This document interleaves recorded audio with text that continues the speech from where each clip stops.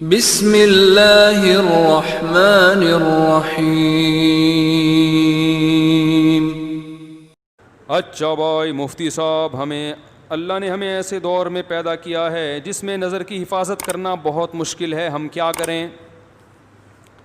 دیکھو، اگر مشکل کام ہوتا تو آپ نظر جھکانا چاہتے تو کوئی بیرونی طاقت آپ کو یوں منہ کرتی، دھڑام سے اوپر کرتی، اور آپ کہتے ہیں میں یوں منہ نیچے کر رہا ہوں مگر ہو نہیں رہا، میری کمر اکڑ گئی ہے۔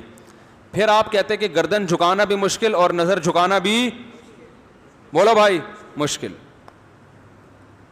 دیکھو، جو نظر کی حفاظت کرنے والے ہوتے ہیں نا، جتنا گندا ماحول ہو یا اچھا ماحول ہو، ان کی صحت پہ کوئی فرق نہیں پڑتا۔ جو ٹھرکی ہوگا 24 گھنٹے میں ایک عورت نظر آئے گی، اس کو بھی دیکھے گا، بلکہ زیادہ گھور کے دیکھے گا کہ صبح سے کوئی گاہک نہیں ملا۔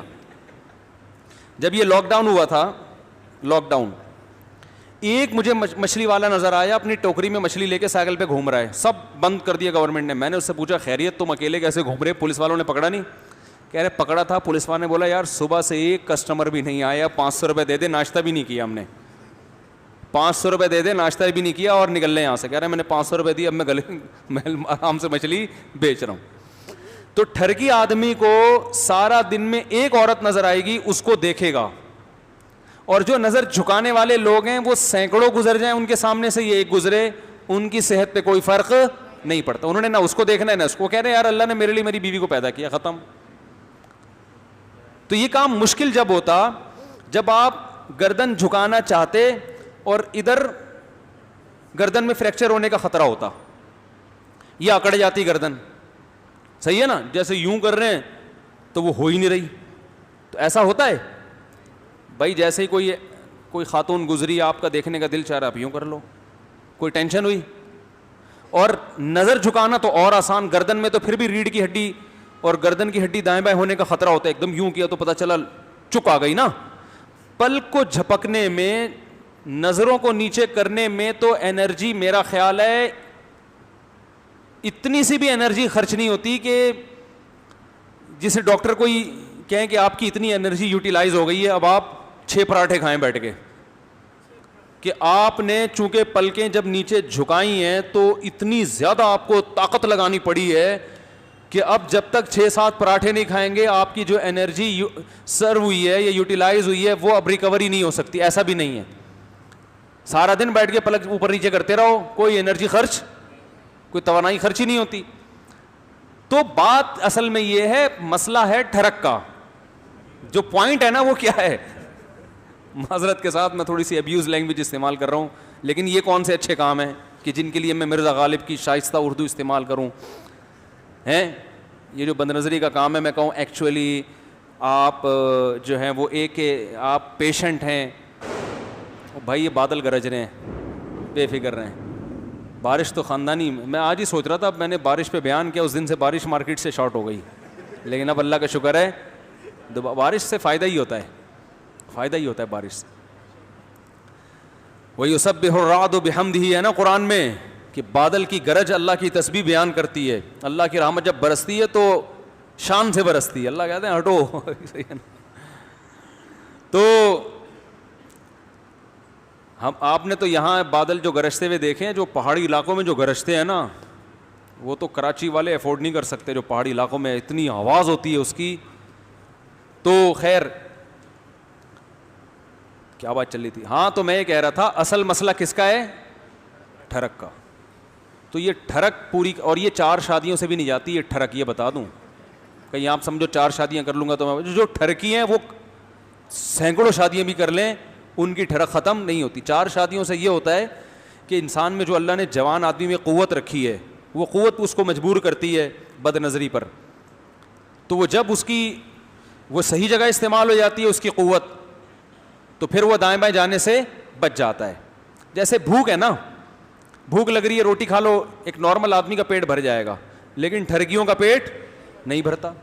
آپ نے دیکھا ہوگا، ادھر سے بھی کھا لوں، وہاں سے بھی جا کے کھا لوں، پھر دھونے والے وہاں سے بھی لے گا جا کے، پھر آفس میں جائے گا، وہاں بھی کیک چائے میں ڈبو کے کھائے گا، پھر تھوڑی دیر میں گٹکا کھائے گا، پھر تھوڑی دیر جو گھور ہے، صبح سے جو نان اسٹاپ کھانا شروع کرتے ہیں رات تک کھاتے، پھر رات کو ہاضمے کی گولی کھائے گا، صبح سے تو یہ بھوک نہیں ہے, بھوک کا علاج ہے, اور یہ نیچرل ہے بھوک کا لگنا. کم سے کم 2 ٹائم انسان کو پیٹ بھر کے کھانا چاہیے. تو ایسے ہی ایک شہوت کی بھوک ہوتی ہے جو ہر نارمل آدمی میں ہوتی ہے. اس کو بیوی چاہیے, 1 نہیں 2 نہیں 3 نہیں 4 ہو گئی, چلو اس کے بعد اس کا دل بھر جائے گا. لیکن جو ٹھڑک ہے نا, جیسے وہ چائے میں چائے میں پاپے ڈبو کے کھاتا رہے گا, پھر تھوڑی دیر میں پھر اس کو پیسٹری چاہیے, پھر سموسا چاہیے. ایک ہمارے جاننے والے, وہ بےچارے ہارٹ اٹیک ہو گیا ان کو, بچ گئے. ان کا یہی تھی کہ صبح سے کبھی کوئی نوالا چھوڑتے نہیں تھے, کہیں بھی دسترخوان پہ وہ کہتے ہیں میں گیا مجھے کچھ نظر آئے تو میں نے کہا 2 نوالے تو بنتے ہیں. تو 2 نوالے ہوتے ہوتے وہ 40-50 نوالے بن جاتے تھے. ٹھیک ہے نا.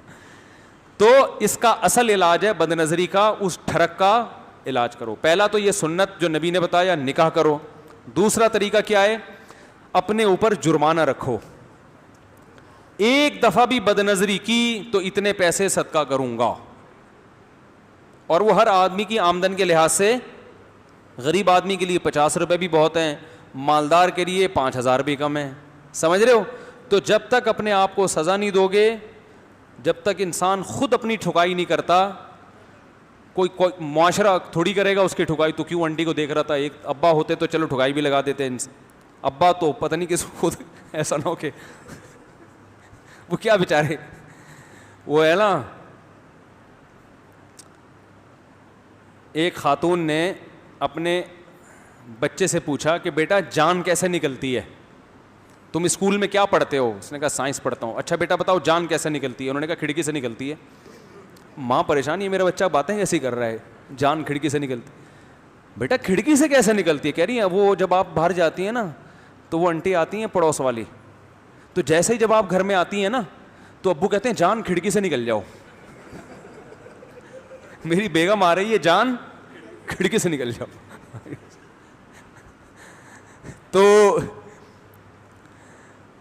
تو بچے کے دماغ میں یہ ہو گیا کہ جان کہاں سے نکلتی ہے, کھڑکی سے نکلتی ہے. تو یا تو ابا تھپڑ لگائیں گے, اور ابا بھی اگر جان کو کھڑکی سے نکال رہے ہیں وہ کہاں سے تھپڑ لگائیں گے.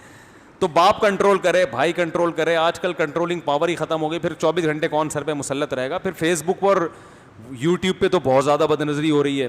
تو میرے بھائی آخرت کو سامنے رکھ کر اپنا علاج اب خود ہی کرنا پڑے گا, کوئی اور آپ کا علاج نہیں کرے گا. یعلم خائنۃ الاعین, اللہ فرماتے ہیں وہ جانتا ہے تمہاری آنکھوں کی خیانت. اور اس زمانے میں نظر کی حفاظت کا ثواب بھی بہت ہے, کیونکہ نگرانی کرنے والا کوئی نہیں ہے. تو اللہ کہے گا صرف میرے خوف سے کر رہا ہے. تو اس لیے جب پہلے تو کوشش کرو بچنے کی, چیلنج کرو کہ 40 دن تک کسی غیر محرم کو نہیں دیکھوں گا میں. اور پھر جرمانہ لگاؤ اپنے اوپر کہ وہ اپنی سزا کے حساب سے نا, کہ جب 1 دفعہ بد نظری ہو تو وہ پیسے اتنے زیادہ بھی نہ ہو کہ وہ پیسے دینا ہی مصیبت بن جائے, اور اتنے تھوڑے بھی نہ ہو کہ سارا دن بد نظری کر کر کے ریٹ, بھائی ریٹ ہیں, ایک دفعہ دیکھنے کا یہ ریٹ چل رہا ہے مارکیٹ میں, تو یہ ریٹ میں افورڈ 100 دفعہ بھی دیکھ لوں تو افورڈ کر. اتنا کم ریٹ بھی نہیں ہونا چاہیے, دیکھنے کے ریٹ کیا ہوں, زیادہ ہوں. تو اس طرح سے انشاءاللہ آہستہ آہستہ عادت پڑ جائے گی چھوٹنے کی.